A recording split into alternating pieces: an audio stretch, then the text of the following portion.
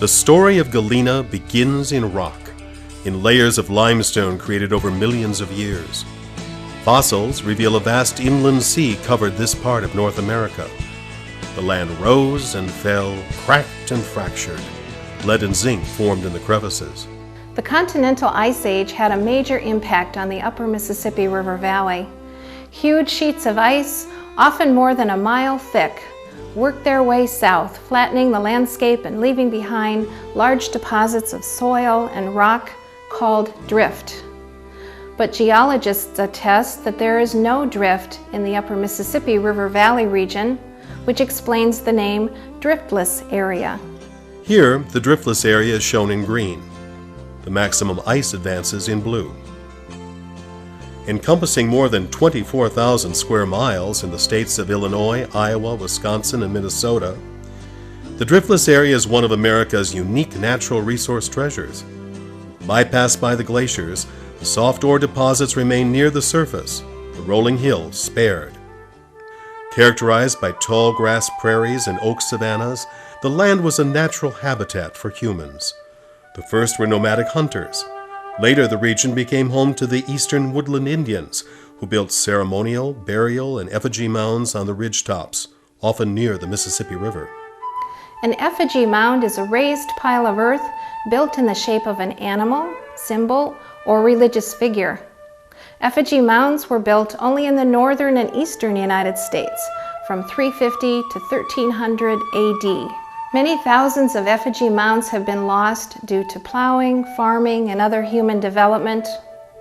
Most of the remaining effigy mound sites are parts of national or state parks. All Indian mounds are currently under federal protection. The remains of more than 500 mounds, most lineal and conical shaped, have been found in Joe Daviess County. Just south of Galena are the only two remaining effigy mounds in Illinois, a bird and a bear, perhaps symbolizing the spirits of the sky and the earth. By the late 1600s, the Sauk and Fox Indians had moved into the upper Mississippi River region. The women gathered plants for food and medicine and grew crops. They used deer horns and sharpened sticks to dig the lead ore out of the ground. The men hunted and trapped game for food and furs. They traded the lead ore with the other tribes, used it for charms, and crushed it for body paint. They also traded furs and lead to the French, the first whites to arrive in the region. Recognizing the potential of the lead fields, the French mounted an expedition from New Orleans, landing near the present site of Galena in August of 1700. Le Sueur, one of the leaders, called the stream the River of Mines.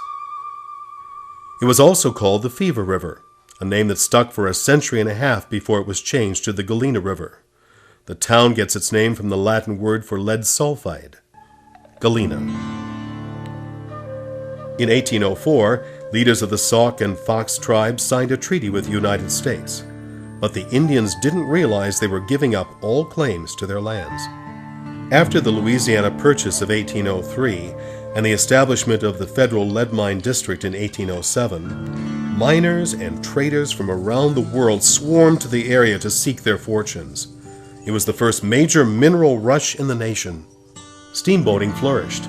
As lead mining and farming expanded, Galena became the leading Mississippi River port between St. Louis and St. Paul, even though it's 3.5 miles from the Mississippi. Galena's prosperity was checked for a time by a fear of Indians. In 1827, the Winnebago War in Wisconsin and the 1832 Black Hawk War caused panic among the white people. As soon as the Indian threat was over, in August 1832, Galena became the center of commerce and transportation on the upper Mississippi. Furnaces smelted lead day and night. The early development of the district was spurred by the need for metallic lead, used for making lead ammunition, pipe and solder, paint and glaze, and lead crystal. In 1847, the federal government gave up trying to enforce the leasing laws and sold the lead lands to private owners. Lead production peaked soon after at 27,000 tons per year. Large numbers of miners deserted the Galena area in 1849 and 50, drawn to the California gold fields. The economic life of the district was extended when the commercial production of metallic zinc began in 1860. Zinc production peaked during World War I at 64,000 tons per year, with deposits greatly exceeding those of lead. Historically, the mining of base metals has been an unstable business. Lead and zinc production from the upper Mississippi River Valley Lead District has risen and fallen primarily in response to economic factors. OSHA and EPA regulations enacted in 1970 impacted the profitability of mining operations.